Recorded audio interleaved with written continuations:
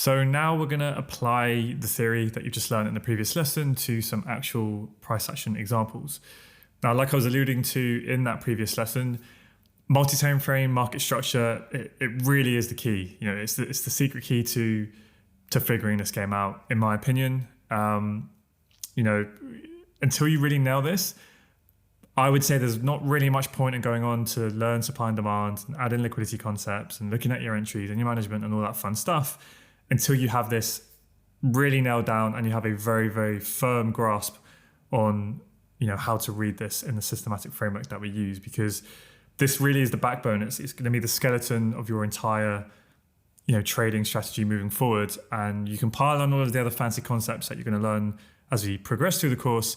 But if you don't have this foundation built solidly, it's honestly just going to come crashing down, because you can draw on your supply zones, you can look for your entries, but if you're on the wrong side of the market and you're not managing your expectations of how far price is likely to go, where you're going to be targeting, like there's just no point. You're going to be taking a ton of losses and be scratching your head, and your journey is just going to take years and years longer, you know, if you'll get there at all. Whereas if you can nail this first, you'll be 80% there at least.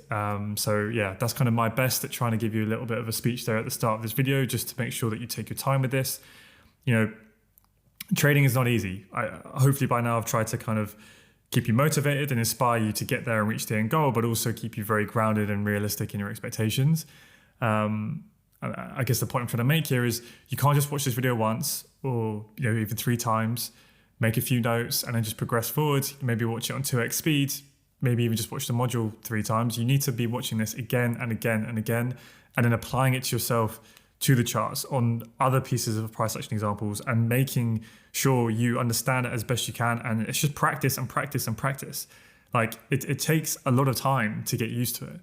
Now I'm going to try and help that journey be as quickly and as efficiently as possible for you guys, but I can't do the work for you. You have to do it. Now, when you watch of me, when you watch, or anyone who kind of has a firm grasp of what they're teaching, you know, perform that on a video, it can look quite easy. Go, yep, I get it. I've got this. This is easy, and you skip through to the next stuff. But it's only when you go to do it, especially in the live market where price action is moving, you've got to make emotional decisions with money on the line. That's suddenly when you realize you don't really know, you know, things as well as you thought you did, or as well as you need to do. Okay, so that's my little rant anyway. You know, don't just watch this a few times. You really, really, really need to put in the work with this, okay? But I'm going to try and, as always, try and do my best to sort of keep things relatively simple and then build things up as we go, so we don't overwhelm you from the complete start. So I brought price back on Eurodollar to some reasonably old price action, just to kind of, so we can use some different examples that we haven't used so far in the lesson. So let's kind of just mark out some basic for our swing structure here that we have. So we can see, right, we just paint the picture back a little bit.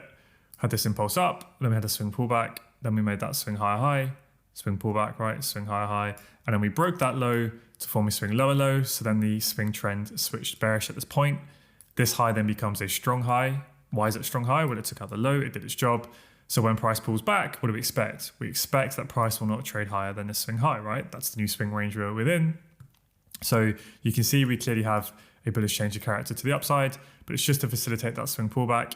Right, then we have a bearish change of character. Okay, now it's likely we can target this weak low, and then price remains bearish, internal structure remains bearish until we take out that low, right? And then that whole process repeats. Again, we have that swing breaker structure. What do we get? We get that bullish change of character over here, right? And then we have the internal structure shifting bullish to facilitate that pullback. And then what does it do? The internal structure then shifts bearish. Okay, now we can target the weak swing low. All right, that was the swing high at the point. That took out this low, that's the swing high.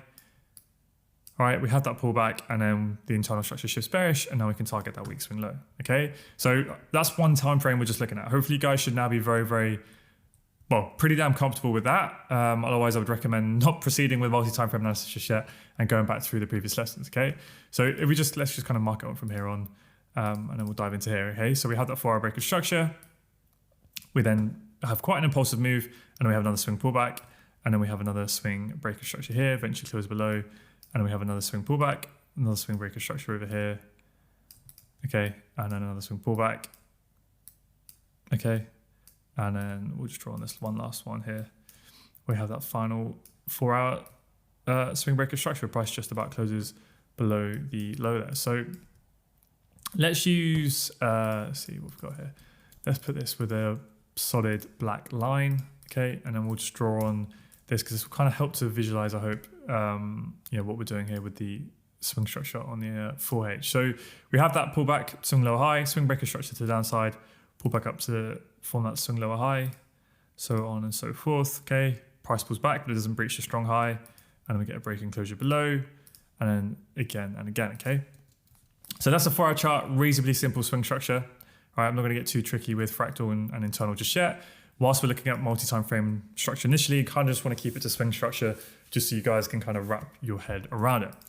So that's the 4-hour structure. Now what we're going to do is we're going to jump down the time frame, jump down to the 1-hour chart. Now the 1-hour chart, at least at the time we're recording, it's not really a time frame that I use.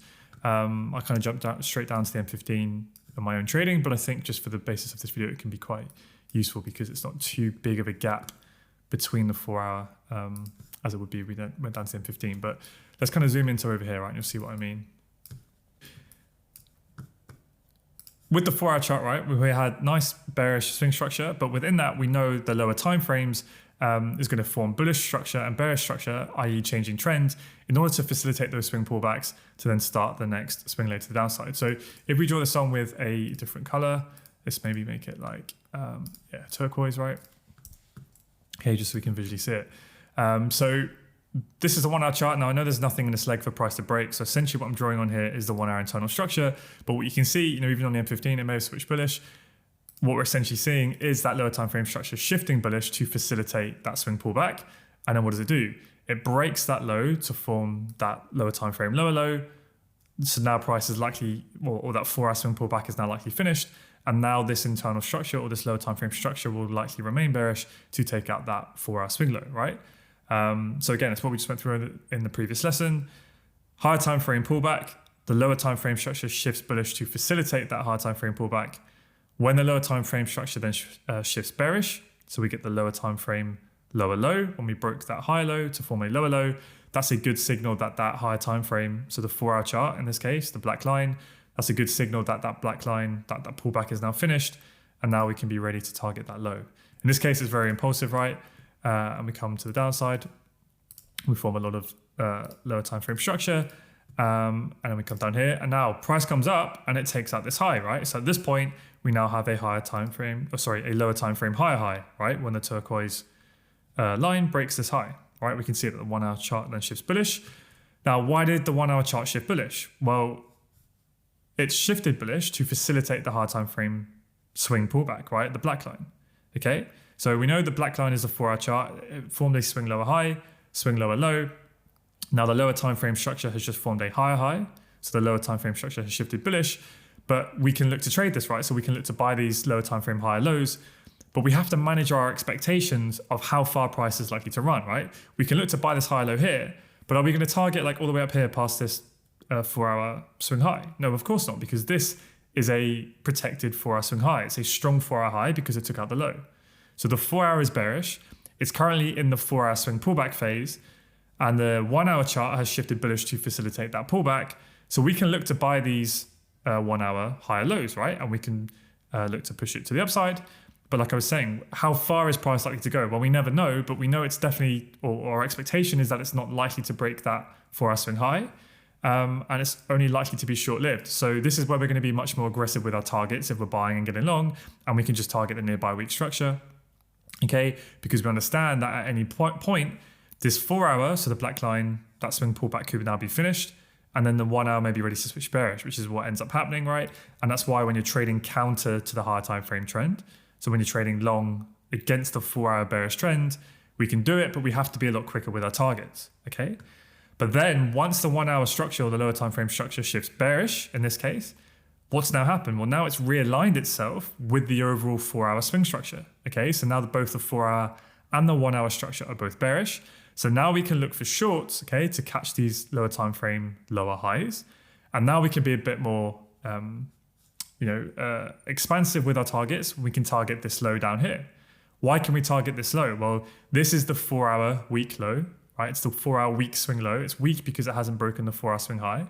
So now when we have the 1-hour structure realigned with the 4-hour structure, that's a very good signal that this 4-hour swing pullback is now finished. So now when we're getting short, we can hope, or not hope, we can try and target and hold was the word I was looking for. We can hold our positions or some of our volume to try and target this weak swing low, okay? Because it should have done its job now, and price now should remain bearish in the lower time frames until it takes out that swing low, which is what ends up happening, okay?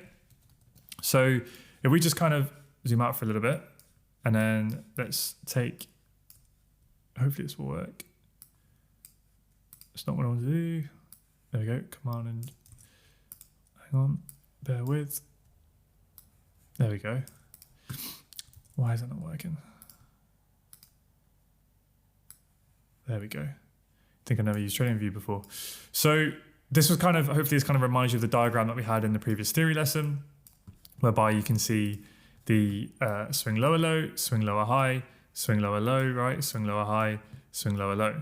Now, in order for that price action to happen, for the lower lows and lower highs, what happened on the lower time frame? Well, we had, you can see it, switch bullish, right? We had the lower time frame higher high, lower low. Sorry, I'm getting all mixed up now. Lower time frame higher high, lower time frame higher low, higher high, higher low, higher high. Then what happens? If we just get rid of these lines, then the lower time frame structure shifted bearish, signaling that that higher time frame pullback may now be finished, right? And then it remained bearish for the next impulsive phase, right? The pro swing trend phase, where we got a series of lower lows and lower highs.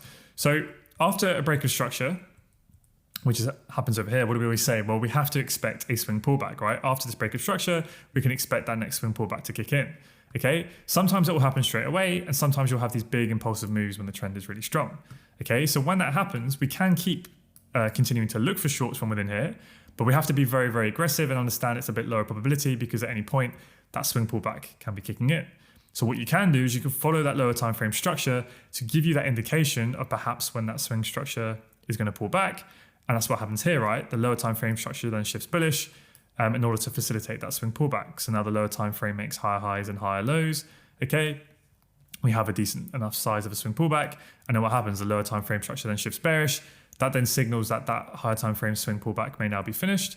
Okay, when we get that break here, and then we can do what? Then we can target the weak swing low. So then we can follow that bearish internal structure, right? We want to be selling those lower highs, those strong internal lower highs on the lower time frame, and we want to target that weak swing low on the higher time frame. Now, once we get that swing breaker structure on the higher time frame, what do we then expect? We then expect that swing pullback. So what can we do? We can look at the lower time frame structure and see if it shifts bullish to facilitate that pullback, right? So let's delete this and kind of go back to where we were. Hopefully I haven't lost you so far, but like I said, watch this as many times as you need and we'll go through tons of examples. Okay, so we had that swing breaker structure over here. Now, the 1 hour high is actually up here at this point, but we're just sticking to 2 time frames for now, so don't confuse you too much. But we will be using more than 2 time frames in the future. We'll be using 3, and you can even see here on a 1 hour chart, essentially that fractal structure, or that internal structure, would be the M15, where you can see we actually shift bullish there. We take out that high, right, to form those higher highs to facilitate this 4 hour pullback, right, and we come up, and then we break that low to form a lower low, okay, to then take out the weak swing low, and then the same thing happens again, right? Then we shift bullish to facilitate the swing pullback, okay, and then this would be the 1 hour structure where we break this low to come down, right, and then we come down again. But even within there, you can see the M15 structure, it would be like this, which is essentially what we're reading on the 1 hour chart, where we then break that low, right, we come down like that, okay? And let me just do this one last example. So we have that 1 hour high, we then shift bullish to facilitate that 4 hour swing pullback, right? The black line, we come up into the premium, and then we break this low, all right? And a lower time frame structure, we can trade these lower highs and then target that weak swing low, which is a bit messy around. Eventually we break it below there. So hopefully you can kind of start to see, obviously price actions, it's never perfect. It can be a little bit messy, it can get a little bit choppy. Strong highs and lows aren't always respected, but overall, hopefully you can start to see how all of the time frames are very intimately connected. Okay, so we try to keep it simple at the start, right? Swing lower low, lower high, lower low, lower high, lower low, lower high, right? You guys get it.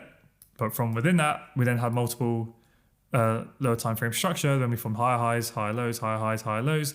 And then when that swing pullback is likely to finish, what do we look for? We look for the lower time frame to shift structure. Again, we expect that swing pullback to start. So what can we look for? We can look for the lower time frame to shift structure to the upside. When's that higher time frame pullback going to finish? We look for the lower time frame to shift structure. Okay, so basically, if you're looking to trade, or again, if you're looking at the higher time frame, right, ask yourself what phase are we within?